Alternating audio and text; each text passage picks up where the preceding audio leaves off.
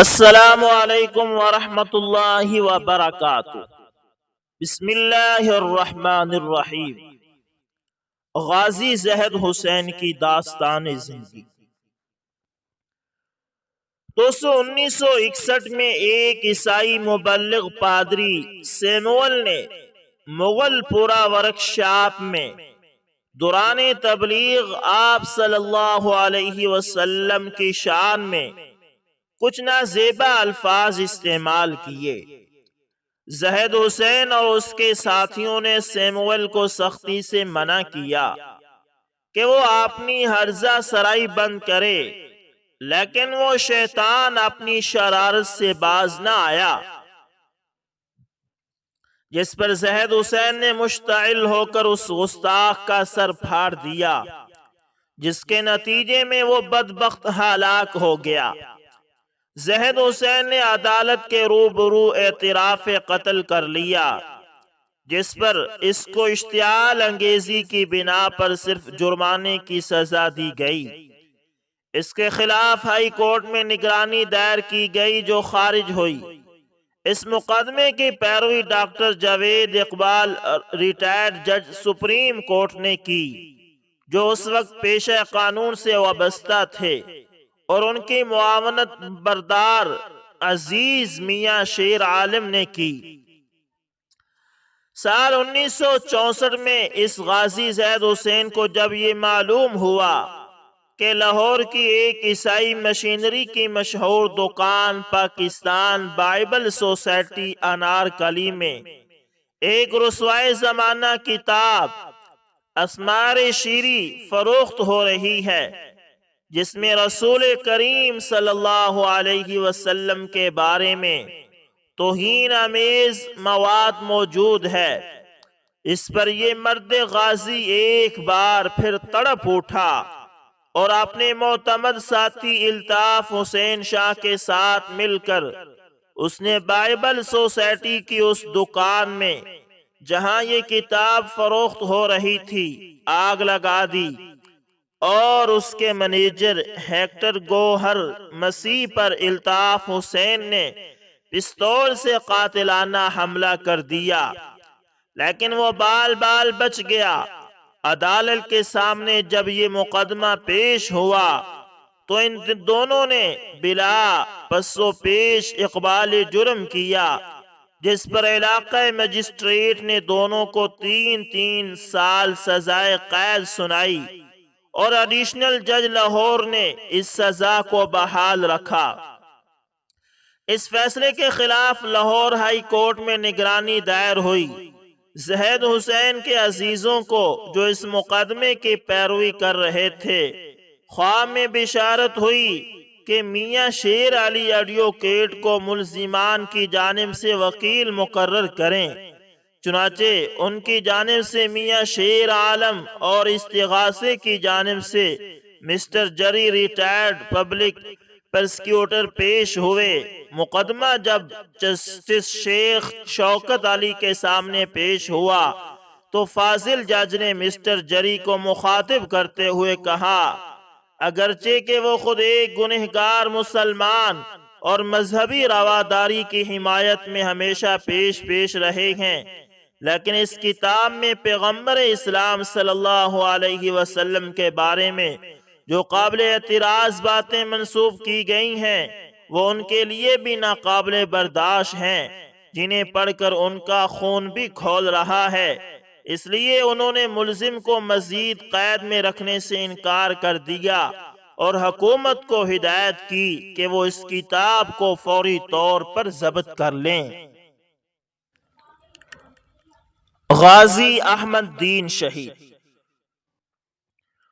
دوستو، موسم سرما کی ٹھٹھراتی ساعتوں کے دوران جب غازی علم الدین شہید کی داستان حیات مرتب کر رہا تھا تو میرے ایک دوست نے غازی احمد دین کا غائبانہ تعارف کراتے ہوئے بتایا کہ 48 سال قبل راجہ جنگ میں ایک سکھ ویدا سکھ نے اذان کی ممانعت کر رکھی تھی، جسے غازی صاحب نے قتل کیا اور اقبال جرم کے باعث انہیں عمر قید کی سزا ہوئی۔ اس انکشاف پر کہ غازی صاحب بقید حیات ہیں میں نے فوری ملاقات کی خواہش ظاہر کی۔ پھر تو ہم طے شدہ پروگرام کے مطابق غروب آفتاب سے پہلے ہی قصبہ راجہ جنگ پہنچ گئے۔ چونکہ واقعی نصف صدی پرانا تھا، اس لیے میں نے اس دور کے لوگوں کی تلاش شروع کر دی۔ اس دوران غازی صاحب کی بابت معلوم ہوا کہ وہ رائے ونڈ میں مستقل طور پر اقامت پذیر ہیں۔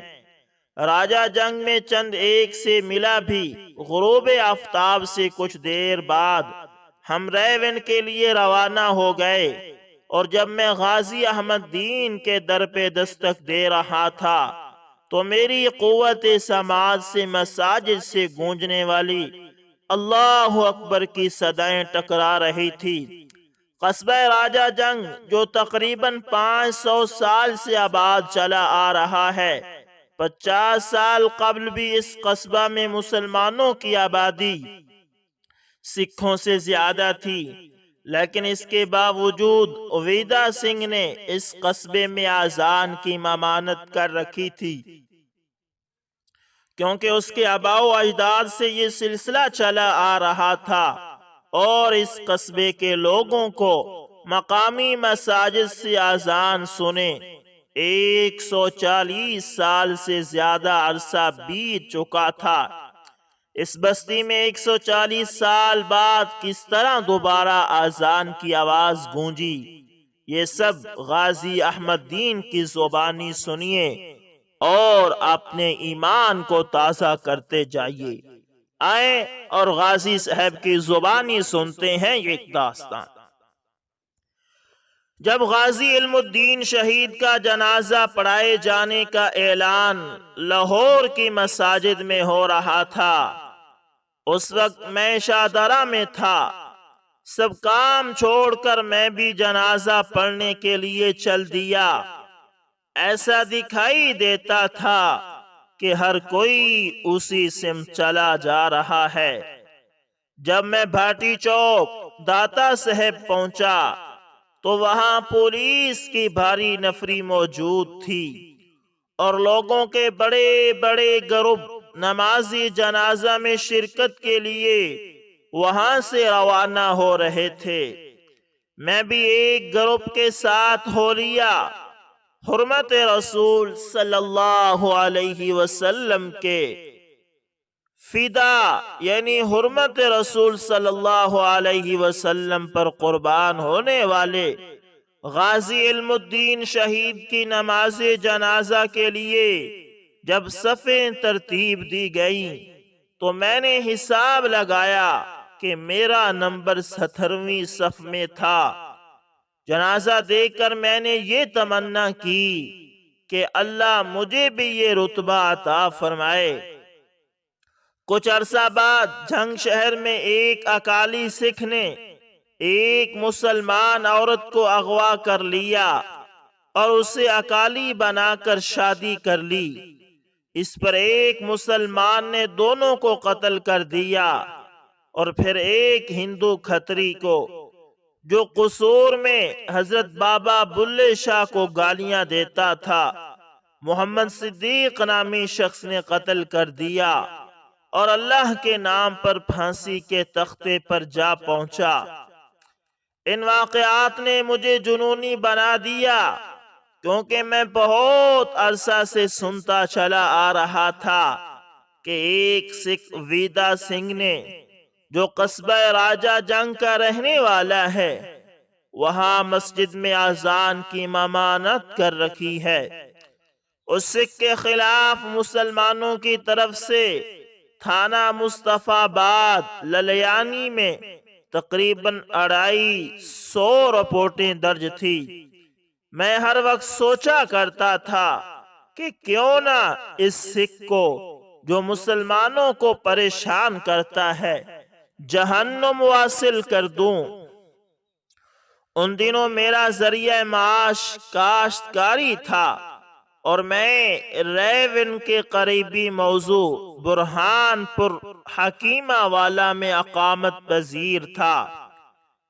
ایک روز میرا دل اس قدر بے چین ہوا کہ روح کی تسکین کے لیے میاں شیر محمد صاحب شرک پور شریف والے کی خدمت میں حاضر ہوا اور ان سے التجا کی کہ مجھے اپنا مرید بنا لیں۔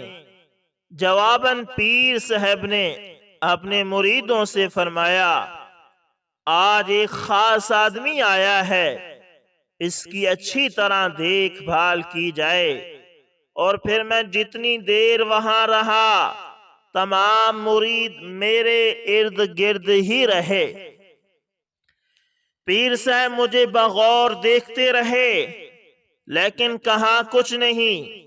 وہاں مجھے قدر ذہنی سکون ملا اور پھر میں واپس اپنے گاؤں آ گیا۔ کچھ عرصہ بعد مجھے معلوم ہوا کہ حضرت میاں صاحب رحلت فرما چکے ہیں، تو میں دوبارہ شرک پور شریف چلا گیا اور ان کے روضہ مبارک سے لپٹ گیا۔ پیر صاحب کے مریدوں میں سے چند ایک شاید وہاں اس وقت بھی موجود تھے، جن کی موجودگی میں پیر صاحب نے پہلی ملاقات کے دوران میری خصوصی دیکھ بھال کرنے کی ہدایت کی تھی۔ انہوں نے مجھے پہچان لیا اور تسلی تشفی دینے لگے، لیکن میں آپ کے روضے سے لپٹ کر دعا مانگتا رہا، اللہ تعالی سے التجا کی کہ اے خداوند کریم، میں یہاں سے نہیں جاؤں گا جب تک مجھے کوئی خاص پیغام نہ مل جائے۔ نہ جانے کتنی دیر تک میں یوں ہی بیٹھا رہا۔ اس دوران مجھے اونگ آ گئی تو ایک آواز سنی جس میں سمجھ نہ سکا تھا، تاہم میری آنکھ کھل گئی اور پھر میں مسجد چلا گیا۔ وہاں مجھے دوبارہ اونگ آئی تو میں نے دیکھا کہ ریونڈ سے 3 سکھ راجہ جنگ کی طرف جا رہے ہیں، اور پھر کسی نے مجھے اشارے سے بتایا کہ ویدا سنگھ ان کے درمیان موجود ہے۔ شاید وہ مجھے کچھ اور بتاتا کہ پیر صاحب کے مرید کے جھنجھوڑنے پر میں بیدار ہو گیا۔ میں اشارہ سمجھ گیا تھا کہ ویدا سنگھ کی نشاندہی کیوں کی گئی ہے۔ میں نے اپنا مقصد پا لیا تھا، اب میرا وہاں ٹھہرنا محال تھا۔ اگلے روز میں واپس اپنے گاؤں حکیمہ والا پہنچا اور خاص طور پر ایک چھری بنوائی جس کی تیز دھار میری آنکھوں میں محفوظ ویدا سنگھ کا چہرہ بگاڑنے کے لیے کافی تھی۔ اور پھر میں راجہ جنگ جا پہنچا۔ وہاں میری ملاقات امام دین سے ہوئی۔ اسے جب میں نے راجہ جنگ میں اپنی آمد کا مقصد بتایا تو وہ مجھے اپنے گھر لے گیا۔ اس نے میرے ساتھ اس قدر تعاون کیا کہ میں بیان نہیں کر سکتا۔ اس نے اپنے ذمے یہ کام لیا کہ وہ دن بھر ویدا سنگھ کی مصروفیات، گھر میں آمد و روانگی پر کڑی نظر رکھتا۔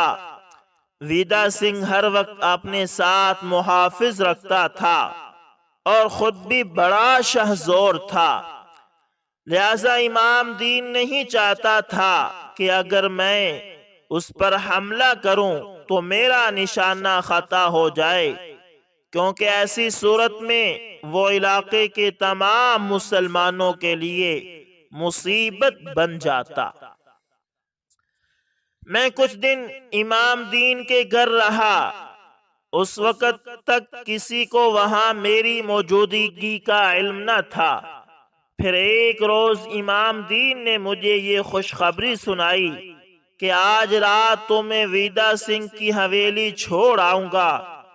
میرے لیے اس سے بڑی خوشخبری کیا ہو سکتی تھی؟ طے شدہ پروگرام کے مطابق رات کی تاریکی میں ہم دونوں ویدا سنگھ کی حویلی کی طرف چل پڑے۔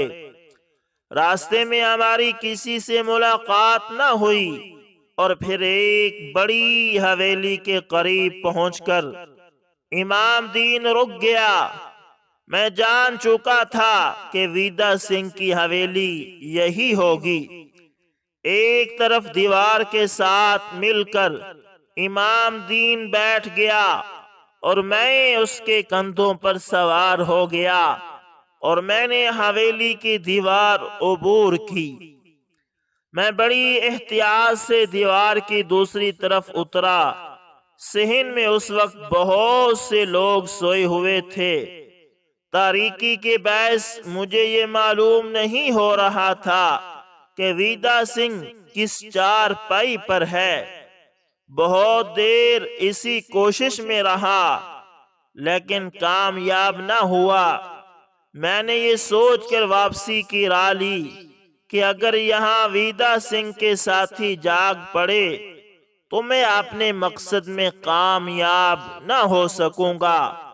حویلی سے باہر آ کر میں نے امام دین کو صورتحال سے آگاہ کیا تو اس نے بھی میرے ساتھ اتفاق کیا، اور یوں ہم واپس آ گئے۔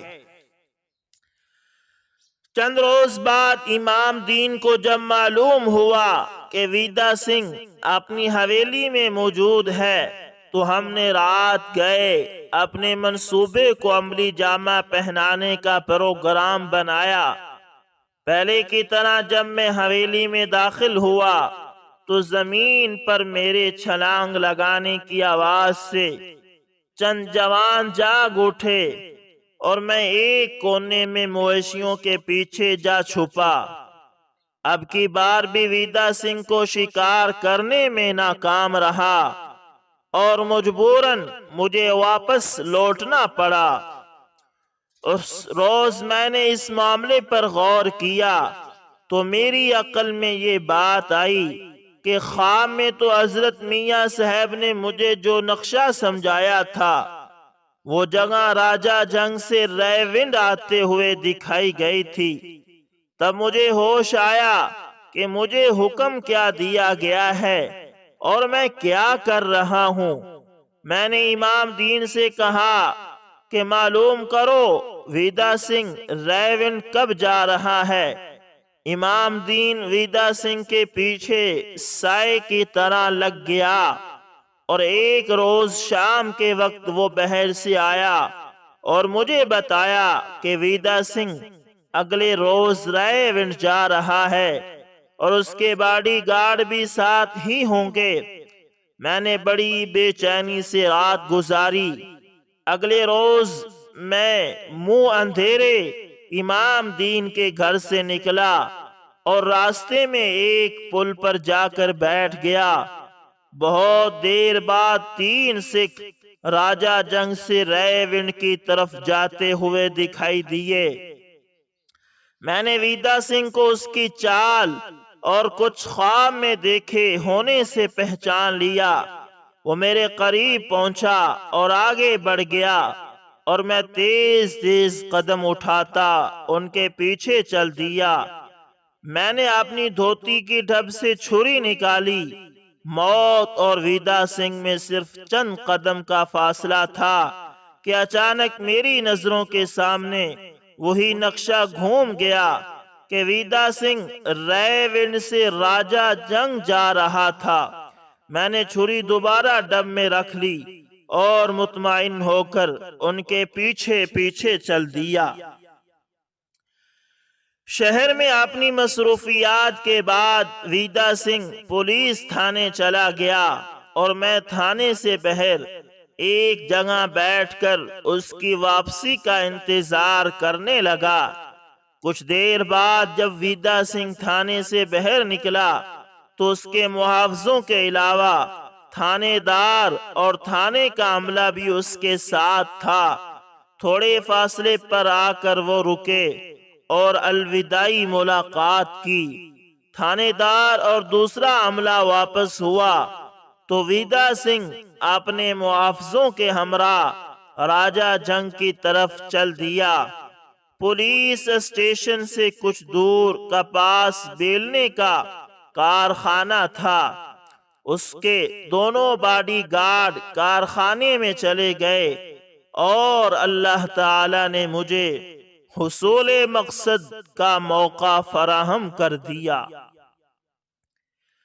میں اس کے قریب چلا گیا، اللہ اکبر اللہ اکبر، میں اس کے قریب چلا گیا اور میں نے پوچھا، سردار جی ویدا سنگھ تہاڈا نا ہی ہے نا؟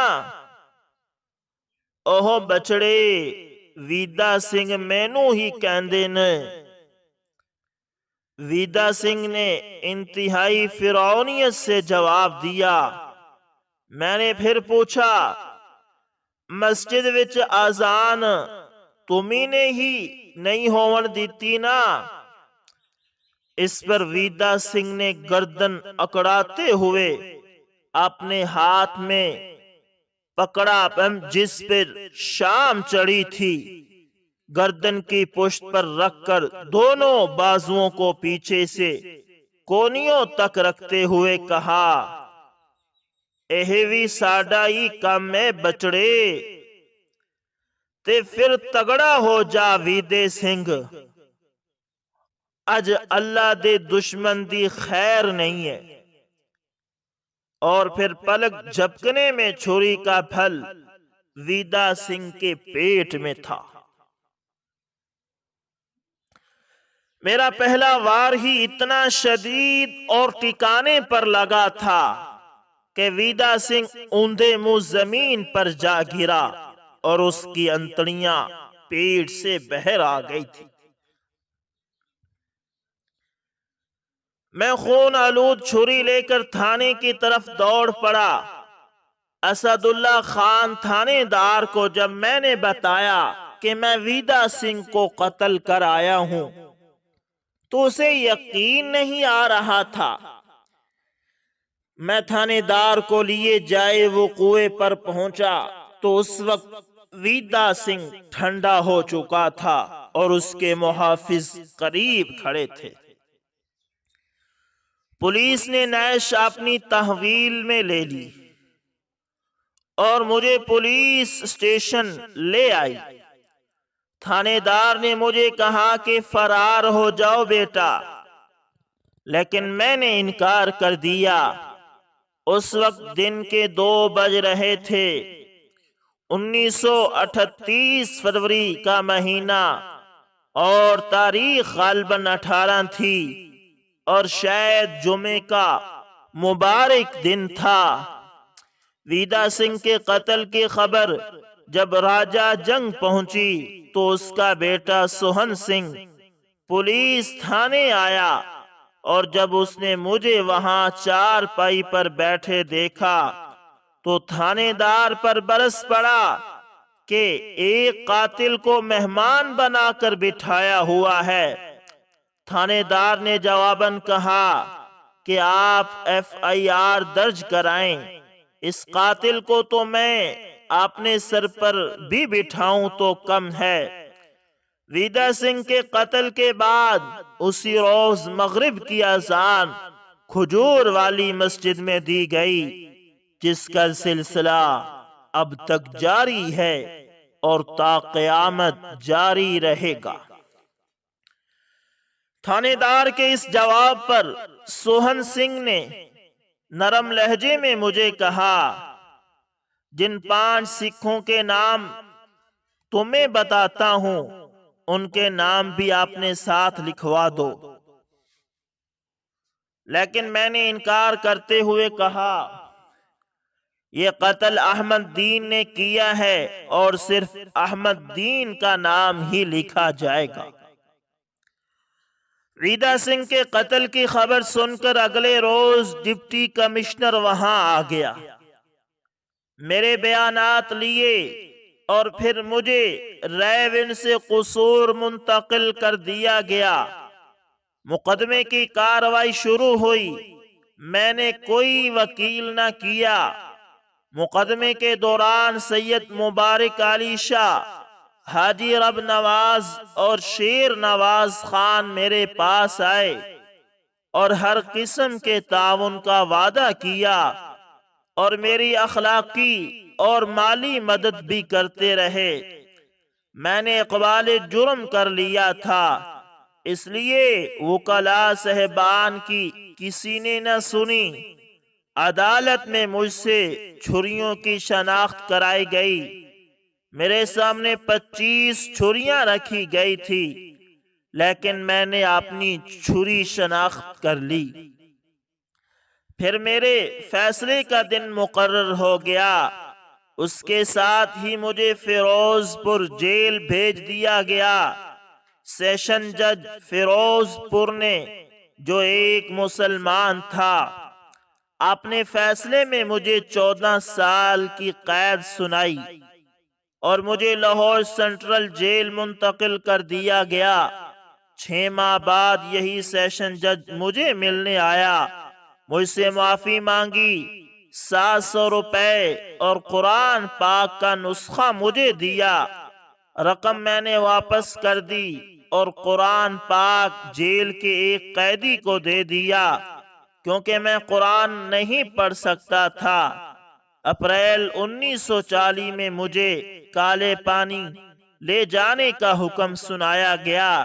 اس وقت میرا بھائی اللہ دتا، میری بیوی اور 2 بیٹے بھی ساتھ تھے۔ میرا بڑا بیٹا کلکتہ اسٹیشن پر فوت ہو گیا۔ وہاں مسلم لیگ والوں نے اس کے کفن و دفن اور جنازے کا بندوبست کیا۔ کالا پانی لے جانے کے لیے جب قیدیوں کو سمندری جہاز میں سوار کیا جا رہا تھا تو میرے بھائی، بیوی اور بچے کو جہاز پر سوار ہونے سے روک دیا گیا۔ تب میرے مسلمان بھائیوں کے شور مچانے پر متعلقہ حکام نے انہیں بھی اجازت دے دی۔ کالا پانی جزیرانڈیان کھلا جیل خانہ تھا، وہاں پر جاپان نے حملہ کیا تو اس میں دوسرے لوگوں کے ساتھ میرا چھوٹا بھائی بھی مارا گیا۔ بعد ازاں جاپان کو بھی شکست ہوئی اور پھر جب بعض قیدیوں کو چھوڑا گیا تو ان میں مجھے بھی شامل کر دیا گیا۔ چنانچہ 1945 میں میری واپسی ہوئی۔ میری بیوی، بیٹا اور ایک بچی جو کالا پانی میں پیدا ہوئی تھی، بحری جہاز پر سوار ہو کر کلکتہ آ گئے۔ وہاں میری بچی انتقال کر گئی، جسے ہم نے آبائی گاؤں آ کر دفن کیا۔ پھر میرے دوستوں نے میرے روزگار کا بندوبست کر دیا۔ تو دوستو، یہ تھے 2 عاشق رسول جن کے بہت ہی پیارے اور خوبصورت قصے اور واقعات آپ کے سامنے شیئر کیے ہیں، جنہوں نے ناموس رسالت کی خاطر اپنی جانوں کا نذرانہ پیش کیا اور اس زبان کو اور اس انگلی کو بھی کاٹ دیا جو ناموس رسالت کی طرف اٹھی یا جس نے اسلام کو آگے بڑھنے سے روکا۔ تو دوستو، آج بھی مسلمانوں کے اندر وہی جذبہ، وہی ایمان کی چنگاری ہے۔ آج بھی ناموس رسالت پر مر مٹنے والے کتنے ہی پروانے ہیں۔ اللہ تعالیٰ سے دعا ہے کہ اللہ تعالیٰ ناموس رسالت کی خاطر ہمیں بھی قبول فرمائے اور آپ علیہ السلام کی محبت اور آپ علیہ السلام کی سنتوں پر چلنے والا ہمیں بنائے۔ تو امید کرتا ہوں ویڈیو اچھی لگی ہوگی، پسند ہے تو لائک، شیئر، کمنٹ لازمی کریں، اور اگر آپ ہمارے channel ES information TV پر نئے ہیں تو دوستو اس کو بھی لازمی سبسکرائب کر لیں اور ساتھ میں بیل کے نشان کو دبانا نہ بھولیے گا تاکہ ہر نئی ویڈیو کا نوٹیفیکیشن آپ تک پہنچتا رہے۔ دوستو ملتے ہیں کسی نیکسٹ اچھی سی ویڈیو کے اندر، تب تک کے لیے اللہ حافظ، جزاکم اللہ خیر۔